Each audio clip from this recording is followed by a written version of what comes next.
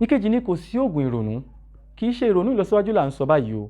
À ń sọ̀rọ̀ nípa ìrònú ìbànújẹ́, ẹ̀dùn ọkàn. Kódà ìrònú ìlọsíwájú ń gbà mìíràn gan-an ó máa ń di ẹ̀dùn ọkàn sí ọkàn wa. Ẹni bá wà láyé ló ń ronú, ẹ má gbàgbé o. Ẹnìkan ní wípé mo jẹ gbèsè ni, ẹni wà láyé ló ń san gbèsè. Má gbàgbé, má para ẹ, kí ṣẹ̀yánú tó ṣẹlẹ̀, má ṣe ra ẹ léṣe. Gbèsè á tán, àmọ́ ṣá tó bá wá ti di àìsàn sí àgọ́ ara yín ńkọ́, àti jẹ àti mu, àfi ká fi sùúrù sí o. Kí a máa ronú títí àyà máa fi dùn wá. Tí ara kò fi ní dúró déédéé mọ́, tí a ti wá di àìsàn oríṣiríṣi, a ti bímọ oríṣiríṣi àìsàn sí àgọ́ ara wa. Ẹ jọ̀wọ́, ẹ jẹ́ kí èsàrà o. Ẹ yẹra fún ìrònú, àròdára ẹni légbodò.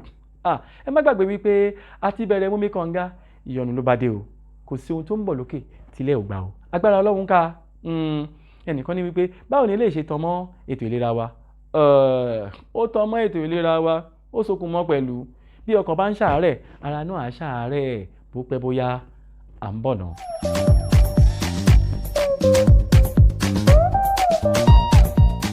Ní àjọ Mopcare, à ń ṣe ìgbìrò, ìkọ́ni àti agbátẹrù ètò ìtọ́ni sí ìgbé ayé rere fún gbogbo ènìyàn tí ó wà lẹ́nu iṣẹ́ kan tàbí òmíràn.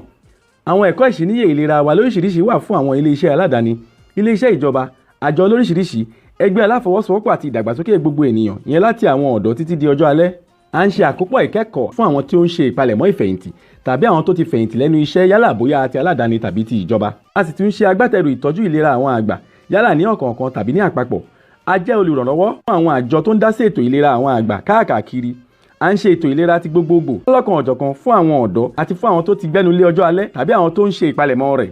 Ẹ kàn sí wa lórí ààyè ayélujára wa www.mopcare.com. Ẹ pè tàbí kẹ́ ẹ tẹ àtẹ̀jíṣẹ́ yín ránṣẹ́ sí nọ́mbà yìí 0803 437 5758 0803 437 5758. Mopcare for the seniors. Àwa ni ohùn fún àwọn àgbà wa.